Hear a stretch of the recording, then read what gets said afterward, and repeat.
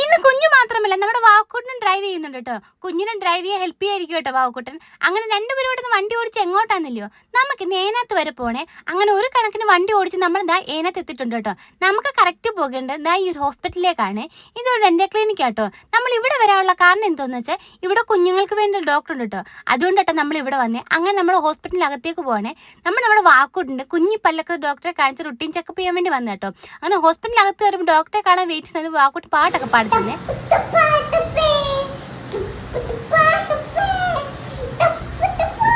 അങ്ങനെ വാവക്കുട്ടിന്റെ പാട്ടൊക്കെ കഴിഞ്ഞപ്പോഴും നമ്മൾ ഡോക്ടർ വന്നു കേട്ടോ. പിന്നെ നമ്മൾ ഡോക്ടറെ കാണാൻ വേണ്ടി അകത്ത് കയറി ഒരു വഴക്കുണ്ടാക്കുന്ന എന്റെ മടി കിടപ്പുണ്ട് കേട്ടോ. വായൊക്കെ തുറന്ന് കാണിക്കാൻ പറ്റും ഡോക്ടർ പല്ലും വായൊക്കെ തുറന്ന് കാണിച്ചിട്ടുണ്ട് കേട്ടോ.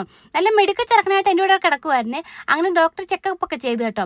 അത് കഴിഞ്ഞ് നമ്മൾ ഹോസ്പിറ്റലിൽ നിന്ന് ഇറങ്ങി കഴിഞ്ഞപ്പോൾ നമുക്ക് 3 പേർക്ക് നല്ലപോലെ വിശന്നു കേട്ടോ. ഡോക്ടറെ കണ്ടാണ്ട് ലൈറ്റായിട്ട് എന്തെങ്കിലും കഴിക്കാമെന്ന് കരുതി. അങ്ങനെ വാവക്കുട്ടിനും ബന്നും വാങ്ങിച്ചിട്ട് നമ്മൾ ഓരോ ചിക്കൻ റോളും വാങ്ങിച്ച് കഴിച്ചേ. അങ്ങനെ ഫുഡൊക്കെ വണ്ടിയിൽ തന്നെ കഴിച്ചു കേട്ടോ.